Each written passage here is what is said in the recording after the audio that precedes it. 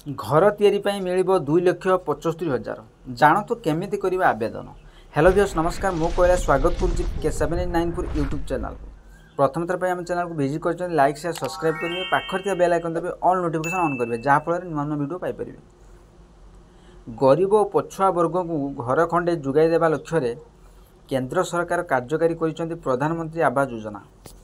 2014 मोदी सरकार आसिबा परे 2015 मसीहा जून मास यही योजना द्वितीय पर्यायर शुभारंभ होता। ग्रामांचल सहित सहरांचल रोकता गरीब श्रेणी परिवार को यही योजना आवास जोगाई देउछंती सरकार। यही योजना केंद्र सरकार हिताधिकारी को 2,25,000 टंका जोगाई देउछंती। सेही भली राज्य सरकार यही योजना योग्य हिताधिकारी को 50,000 टंका जोगाई देउछंती। यही योजना लाभ उठाइबा चाहूले हिताधिकारी को तुरंत आवेदन करने को पड़ो।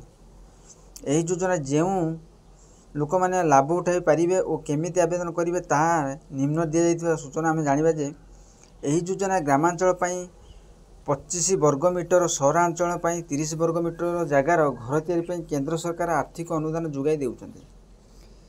योजनार लाभ उठाइबा हेले परिवार वार्षिक आय 3 लाख टंका अधिक होई नथिबा दरकार। वर्तमान सुधा यही योजना 1 कोटी अधिक हिताधिकारी सुविधा पाई सारिछंती। योजना लाभ उठाइबा गले हिताधिकारी को pmays.gov.in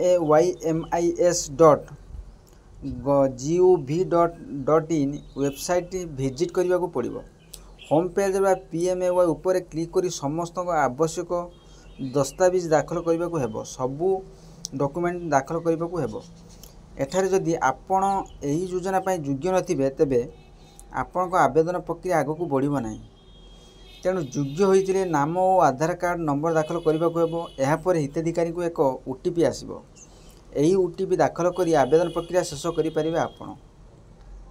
एही योजना लाभ उठाइबा हेले हिताधिकारी को केतेक विशेष दस्तावेजर आवश्यक रही ताहेउची हिताधिकारी को आधार नंबर और परिवार वर्ग को आधार विवरणी या सहित एक्टिव थिबा बैंक पासबुक विवरणी सह आय प्रमाणपत्र आवश्यक रहिबो। सबुठार गुरुत्वपूर्ण कथा होचे जागा, निजस्व जागा थिबा और घर बाड़ी खतियान थिबा दरकार दाखल करने हिताधिकारी आवश्यक। आवेदन किछि दिन पर केंद्र सरकार प्रधानमंत्री आवास योजना लाभ उठाई पारिबे। आशा करी वीडियो भल लगे लाइक शेयर सब्सक्राइब करें, बेल आइकन दबाइबे।